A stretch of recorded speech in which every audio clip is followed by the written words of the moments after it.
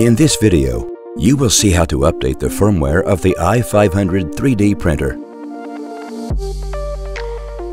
First, turn off the 3D printer and unplug the power cable.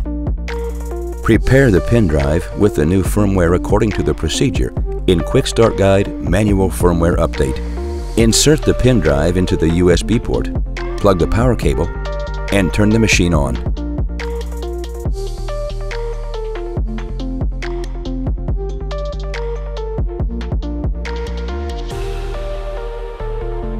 After the reboot, a screen with the update will pop up. Press Yes during 10 seconds time period.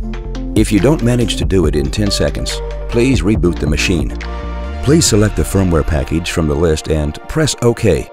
The update is in progress and will take a few minutes.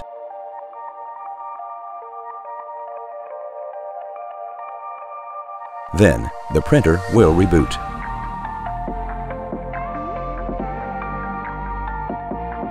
A pop-up with firmware update will appear again. This time, ignore it or press No. After uploading and checking all the modules, you will see a message that the installation is completed. Press OK. Press Start, and your i500 3D printer are ready to work.